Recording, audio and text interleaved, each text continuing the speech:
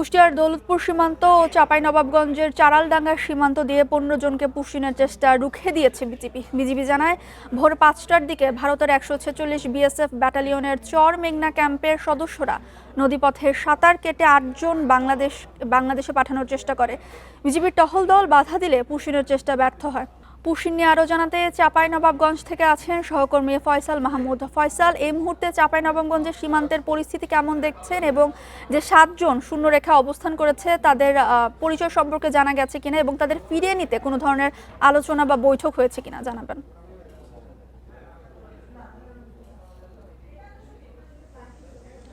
দেখুন, সকালবেলাতে আসলে যখন এই 7 জনকে বিএসএফ বাংলাদেশে ঠেলে পাঠায়, তখনই আসলে বিজিবির প্রতিরোধের মুখে তারা ভারতীয় যে নোম্যান্স ল্যান্ড রয়েছে সেখানে অবস্থান করছিলেন। আমরা সর্বশেষ বিজিবির পক্ষ থেকে যেটি জানানো হয়েছে যে সীমান্ত দিয়ে আসলে এই 7 জনকে পুশিনের চেষ্টা করা হচ্ছিল, ওই সীমান্তে 7 জন নেই, তবে কাছাকাছি দূরত্বে যেখানে কাঁটাতারের বেড়া নাই এমন একটি স্থানে ভারতীয় যে নোম্যান্স ল্যান্ড রয়েছে সেখানে এই 7 জন অবস্থান করছেন। তাদের ফিরিয়ে নেওয়ার ব্যাপারে আসলে বিজিবির পক্ষ থেকে বিএসএফ এর সঙ্গে যোগাযোগ করা হয়েছে, তবে সর্বশেষ খবর পাওয়া পর্যন্ত আসলে বিএসএফ এর দিক থেকে তেমন কোনো সাড়া মিলেনি, এমনটি আমাদেরকে বিজিবির বিভিন্ন সূত্র জানিয়েছে। আপনাকে যে তথ্যটি জানিয়ে রেখেছে, চাঁপাইনবাবগঞ্জের গমস্তাপুর উপজেলার চারালডাঙ্গা সীমান্ত,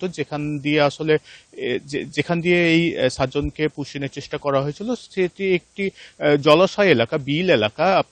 সেখান থেকে আসলে সহজেই ভারত বাংলাদেশের যোগাযোগটা সহজ, নৌপথে এটি যোগাযোগ করা সম্ভব হয়। এছাড়াও প্রত্যন্ত এলাকা হয় আসলে এখানে বিজিবির টহল তুলনামূলক অন্যান্য জায়গার চেয়ে কম থাকে। এই সুযোগে আসলে বিএসএফ এর এই পুশিনের চেষ্টা। এর আগেও এই চারালডাঙ্গা সীমান্ত দিয়ে আসলে বিএসএফ একাধিক পুশিনের চেষ্টা করেছিল এবং প্রতিবারই আসলে বিজিবির বাধার মুখে সেটি ব্যর্থ হয়ে যায়। আর আপনাকে যেটি বলি যে এই বিএসএফ এর যে পুশিনকে কেন্দ্র করে আসলে চাঁপাইনবাবগঞ্জের যে সীমান্ত রয়েছে, প্রায় 150 কিলোমিটার সীমান্ত, এই 150 কিলোমিটার সীমান্তেই আসলে বিজিবির একটি কড়া নজরদারি রয়েছে এবং আগের তুলনায় এখানে টহল বাড়ানো হয়েছে, এছাড়াও বিজিবির জনবল বাড়ানো হয়েছে।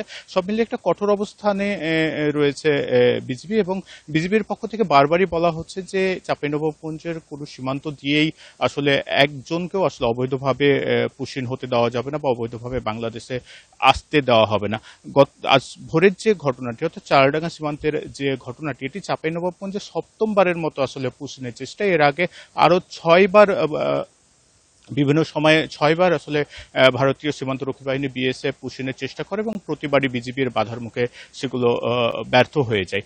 আজকের যে ঘটনাটি, এটি নিয়ে আমরা আসলে স্থানীয়দের সঙ্গে কথা বলার চেষ্টা করেছি। তারাও যেটি বলেছেন যে বিজিবিকে সহায়তার জন্য তারা প্রস্তুত রয়েছেন এবং তারা প্রয়োজনে সীমান্ত পাহারা দেবেন, তারপরও পুরো অবৈধভাবে আসলে বিএসএফ এর এই পুশিন মেনে নেবেন না। আপনাকে যে সর্বশেষ তথ্যটি জানিয়ে রেখে, চাঁপাইনবাবগঞ্জ যে বিজিবি অধিনায়ক রয়েছে তিনি যেটি জানিয়েছেন যে তারা এই 7 জনকে আসলে ফেরত পাঠানোর সর্বাত্মক চেষ্টা করছেন। চাঁপাইনবাবগঞ্জ থেকে বিস্তারিত জানাচ্ছিলেন সহকর্মী ফয়সাল মাহমুদ।